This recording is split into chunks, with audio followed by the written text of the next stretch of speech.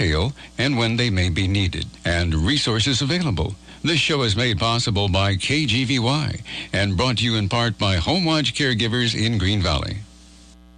And good afternoon. Steve, did the weather forecast talk about when we're getting rain again?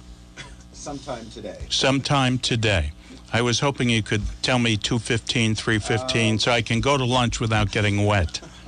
Anyway, we are here, and this is Green Valley Cares, brought to you by Homewatch Caregivers. We'll hold this up, and how's that? Am I holding it up correctly there? And this is their latest July special. I was trying to remember the month. You know how that goes. But anyway, with us is Riley Kempton, son of Larry Kempton, and the family of Kemptons conquering home care. It is a family endeavor, as a lot of caregiving is. I like the word endeavor. Thanks. That's a good word. So life is an endeavor some days. It is, especially when it comes to caregiving. Yeah. Yes. When you're caring for family members, it's maybe another word would be ordeal. No. We don't want to be that cruel. Well, it can be. It's a stressful ordeal. But we are a family business at Homewatch Caregivers. My mother and father and I, and our family of caregivers. We have a great team of folks here in Green Valley and Sahuarita and Tucson and out in Vail that provide in-home care for folks that need help with their families, in some cases, short or long term. So that's what we do. And today's topic is what, Riley? Well, today's topic is taking a look at some of that provision of care. I know that many times when the topic gets brought up, the answer that comes back down is no, not right now, or no, never, or I don't think so. And when it comes time to accept a little help, not everybody jumps up and says yes, please. And so I want to talk a little bit about why that is, look at that a little bit deeper, and then look at some of the options for how to provide help to somebody who's defiantly saying no. Well, that would be my parents. I think it's a lot of people's parents. Yeah. No, it's a matter of fact, AARP on their magazine this month just had an article on how to talk to parents about not driving anymore. Yeah. And that, I would say, in the home care situation, that's one of the tougher challenges. I know we're going to not talk about that today. But well, no, it gets brought up, and actually, I'm glad you mentioned that article, because I now just this year I'm seeing more and more articles, not just in AARP but throughout different publications, that are focusing folks who want to have that talk, whatever that talk is, if it's driving or if they want to have that conversation about in-home care or about moving into a nursing home, or the question on everybody's lips seems to be, how do we talk about this? Yeah. How do we bring it up, and how do we not end the conversation before it's even begun?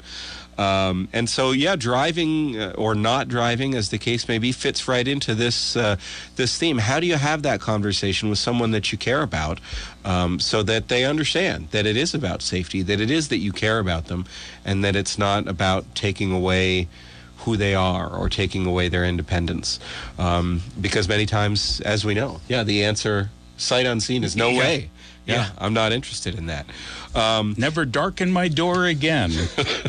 Well, hopefully not that much. But come back, but don't talk about this again, right? Yeah.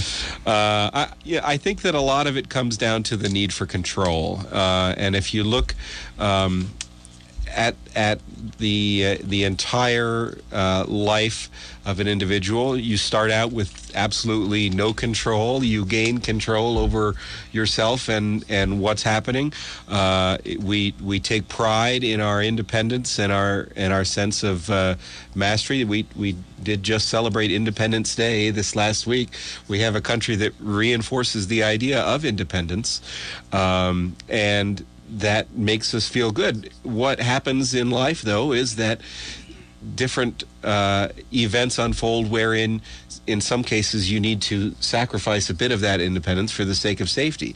In other times, you sacrifice a bit of that independence for the sake of your family members. If you're raising kids, or if you need to put personal ambitions aside in order to help out for other family members, you can see a chipping away at that independence throughout your life. And at some stage, there are times later on when you are losing more and more of that control. It doesn't change necessarily any of your own mastery of yourself, but it's a different amount of control that you have over your life. It's life. That's life. That's right. What I say.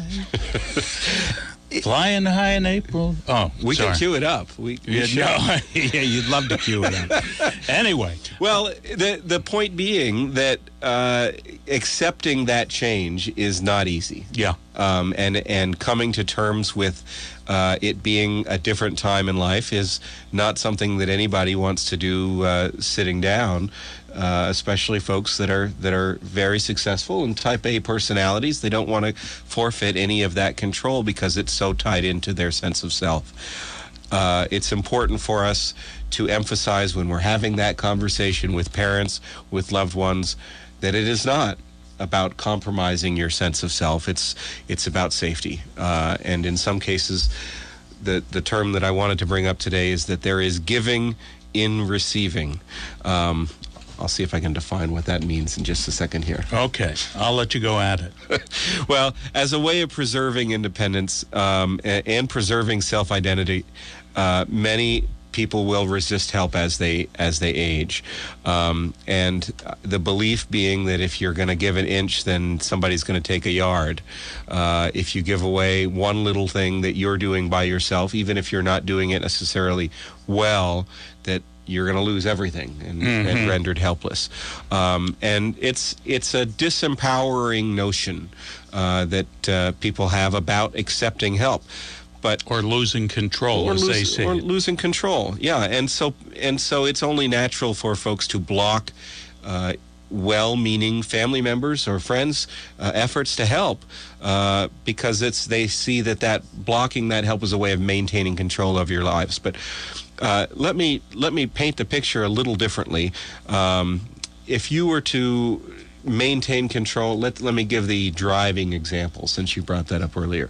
If you say I can drive myself to my appointments into the grocery store, when the truth of the matter is that you've had to bump up against the post there in the parking lot, and maybe there's some scratches from pulling into your driveway, the evidence is starting to show that in fact doing that yourself is not something that you can do.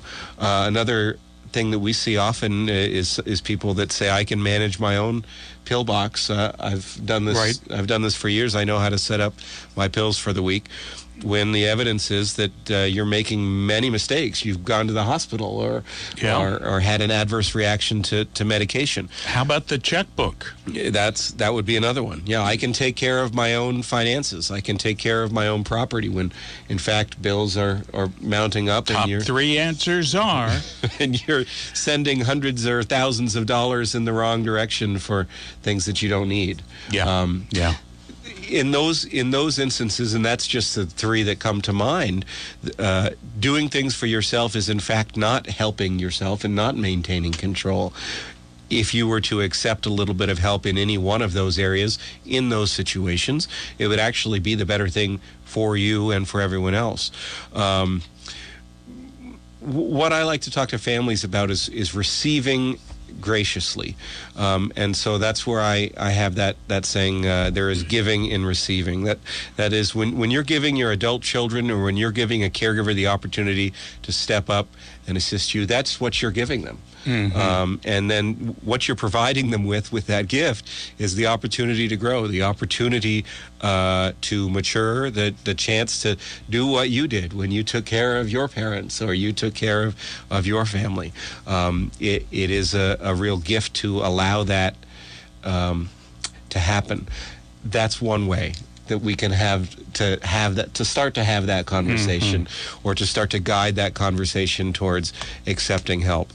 Another way, of course, that we have that conversation is by recommending it in those increments. And so maybe it's not, Dad, we need to move you out of your house. Maybe it's, Dad, we need to get some sort of a different arrangement for getting groceries. That's one thing. Or we need to have a different arrangement for setting up those medications. And that's why at Homewatch Caregivers, many of the services that we offer are so short-term. They're a daily visit or a visit 2 times a week, just to check in and maybe to do 1 or 2 tasks that otherwise are not being done as up to par as they once were. It's not about taking away someone's independence. It's really about preserving their independence. If the alternative was you need to move out of your house, well, then having somebody to come in to do those 2 or 3 tasks, especially if it's a trained and professional and local caregiver who we've screened, you've met, you trust, that makes a world of difference in terms of improving longevity. And a lot of times it's the things that are not getting done or that are getting done that aren't up to par that are the things you don't want to be doing anyway, that are getting in the way of your quality of life. That's very simply what it is. And in terms of the pill situation, I know it's tough, and I occasionally look at my prescriptions and go, "What day is it? Wait a second. Pill? Yeah, right. And, what is this? And you're correct that a lot of folks just don't want to be bothered by it, so you do a sloppy job. And it's the things you don't want to do anyway. Yeah. Right. And if you mix up those pills and wind up in the hospital, like I said, you're not helping yourself by doing that. If you don't like to use the walker and so you don't use it and then you fall, that's not doing anyone any good. And so that need for control, wanting to maintain that control, is actually in some cases a form of rigidity, a form of stubbornness that starts to get in the way of health and well-being. And so that's the point where we want to intervene and provide some assistance. Well, the average person, I think, doesn't picture themselves as being older. Now, we look at Steve and you'd think he was still an 18-year-old, behaviorally, but our bodies do age. When you get to middle age, wow, things start creaking and hurting, and takes longer time to recover after playing baseball or something like that, and it really sneaks up on you. And that's what. And if all of your friends are in exactly the same position, it's not. The position is prone. So. Well, you're not noticing necessarily that change is happening because it's happening to everybody that you know. Part of I guess the tact that I'll take in addressing that conception of yourself as far as aging or needing help is to not maybe take that introspective look at, do you need help? Let me address some comments towards those adult children or those concerned friends who might be noticing that somebody that they care about or care for, in some cases, needs more help than can be provided. If you yourself listening are not self-identifying as an older individual, I'm sure that you know of someone who is in your life who is older or could use some additional help with some tasks of daily living. And we have a name for those people. It's called caregivers. If you're providing assistance to someone who you care about, you're a caregiver. And so what we've put together here, and I'll give you a copy of this, is a guide to senior in-home senior safety. This is kind of it's not a checklist per se, but it does have a couple of checklists in there by room in an individual's house, so you can go through and take a look. What are the different problems that most often occur in hallways, in bedrooms, bathrooms, kitchens, and is your loved ones or the person you care for, is their house at risk or home at risk for any of those sorts of problems? I see the headline on page 3 is all living areas, and it's interesting because as a member of Valley Assistance Services, falls are the biggest challenge for seniors. Now, the calls that the Green Valley Fire Department makes here, I think it's 88%, or excuse me if I'm off a percent or two, but the overwhelming majority of falls account for the engines going out every day. Yep. And it's very few health-related challenges, except when you fall. You're absolutely right. Yeah, that's what we see time and time again. And I'm looking here: loose throw rugs, clutter on the floor, small pets, big pets, any pets. We have pets here at the station, and Steve is constantly tripping over them. So the more we talk about Steve, I'm tempted to get back up the ambulance. Oh, he's rate. fine. He's okay.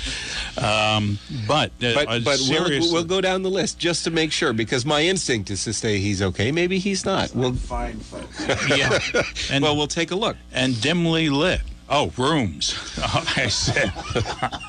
So, but I mean, this seriously. This is just these hit it. If you need a cane and a walker, use it. Everybody needs a cane at one time or another. Bad knees or sure. Nothing to laugh about, and so.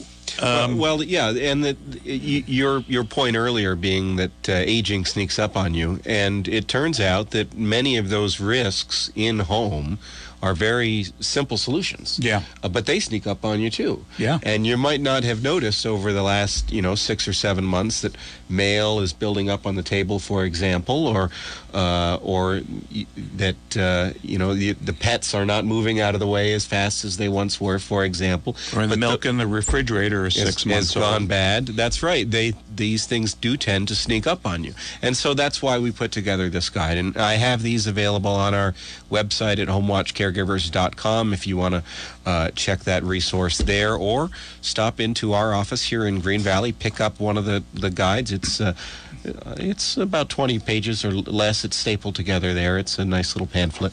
Is this a new publication? We've updated it with some new information. I think, for instance, this is one that actually I hadn't thought about before. Alert systems may be old and unreliable.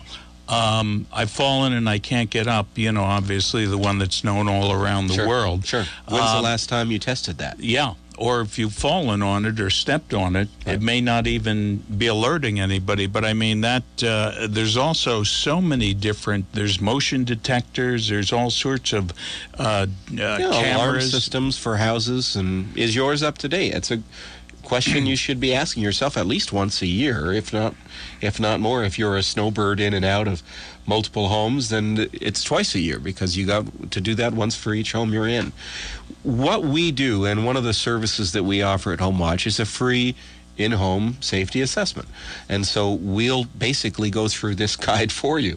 If you don't want to, like I said, introspect and take a look at your own current living situation, maybe you don't take as clear a view as an outsider professional might, it's a free service that we offer to assess not just fall risks, but all safety risks in your home, and we can make recommendations. Sometimes they're more cosmetic recommendations. You brought up throw rugs are a huge risk for falls for folks here in this area. They should be outlawed in Arizona. Well, they're nice, and that's I've told you before, but my frequent the line that I'll use when I do a safety assessment is, that is a wonderful throw rug. You really should get rid of it.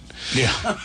Because I don't want to be too harsh about it, but the truth is that they're a risk, and in many cases they look really, really nice, but you can trip on them, and especially in low light or at different times of day, or if you're just not picking your feet up the way that you used to, you can fall. Well, one of the things here, when my mother had Alzheimer's, they have a problem here. Your parent struggles to get dressed in the morning. She does not change clothing or is often wearing something dirty. My mother would wear a full dress suit out into the summer weather. Because it was the easiest thing to wear, and yeah, it's the only thing she recognized at that point. Right. And but this is a great publication here as it goes through all the rooms, and of course the bathroom, where the majority of falls happen. Well, bathrooms and bedrooms, I think. Yeah, a lot of times. But Or you can fall from your bathroom into your bedroom. on the way, Yeah. that short path between Yeah. the two of them, if it's got obstacles there. So worth taking a look at that. And, one of the other risks, I suppose, or maybe not risks is the right word, one of the other reasons that we often see people object to having any help is because they're so overwhelmed with helping a loved one themselves. They don't have the time. They don't want to take on any new burdens. They don't want to take on any new tasks because they're so busy every day just doing the things that they do to get by.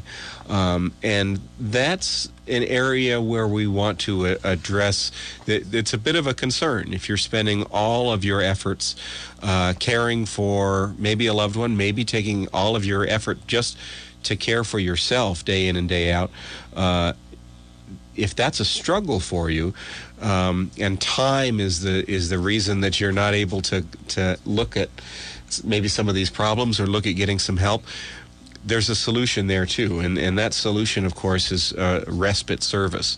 And so you mentioned earlier here our July special that we're offering at Homewatch. What we've put together is a package just for the month of July where we will do 4 respite visits, 4 check-in visits for you or for a loved one that you're caring for, and it's a professional caregiver. It's someone that we've trained with.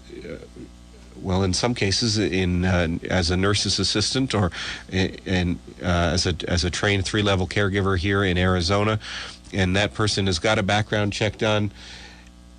It means that you can get a break, and it means that person can take over the thing that's maybe it would take you 2 or 3 hours to get done or not get done at all, and someone can come in and do that. So if that's meal preparation, if that's helping to tidy up around that corridor between the bedroom and the bathroom, or clean up the pile of mail that you just need to sort through and get rid of on the table, whatever that task is. Maybe it's getting dressed, finding some clean clothes, doing laundry, a little bit of light housekeeping that turns into a lot of light housekeeping when you put it off week after week after month after month. What we've got here is a special in the month of July. We'll do 4 visits for only $100, and it's a great way to get that relief, especially here in the middle of the summer when we have caregivers that are here in Green Valley that are happy to help out, and there's not as many neighbors that will do that at this time of year because the town, as you all have noticed, is a little emptier than usual this time of year. Well, it's a July quiet period, as we like to call it around the station here. Yeah. But there are still people here, and if you are listening and you need help, or you're listening and you know someone who could use a little bit of help, this might be the way to provide them with a safe and professional way to get that help just for the month of July. So that's an option for you. Finding respite doesn't necessarily need to come from Homewatch Caregivers, of course. You can always ask anyone for help. I'm a firm maintainer in the belief that help me are the 2 most powerful words in the English language.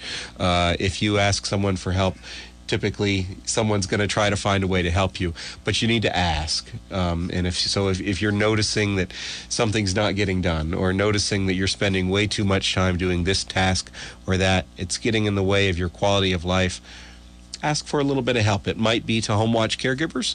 It might be to a friend or neighbor. You can always, of course, give a call to the Pima Council on Aging or Valley Assistance Services. Somebody at your church? Somebody at your church. People are here that will point you in the right direction for the service that can help you. And as I said, it might be family. It might be friends and neighbors. It might not be a professional service at all. But it's important to recognize that there are individuals that are here. There are services that are here in Green Valley and greater Green Valley and Sarita and Tucson as well, of course, that are here to help, especially and right now during the month of July, during the summer. I always called my brother to help my father. A lot of families work that way. Yes. Yeah, where you call up somebody to say, go do this for me. Yes, exactly. That's okay. So that's all right, as long as he didn't hold a grudge against that for you. Well, I don't know about that. Yeah. Maybe he was better at it than you were. Yeah, we've all got different strengths. Yeah, that's true. So, again, and as Riley has pointed out, there are many places to ask for help. And with Green Valley, we understand this is a senior living area, so to speak, that has exceptional caring levels. So it is a destination for a reason. People choose to retire here for a reason, and it doesn't get considered when you're making that purchase of that home, that someday you might not be able to live as you do now in that home. And so sometimes that means taking a look at, like I said, cosmetic changes, the actual structure of the building you're in, how you've got it designed or arranged, and sometimes it means looking at how you're living in that building.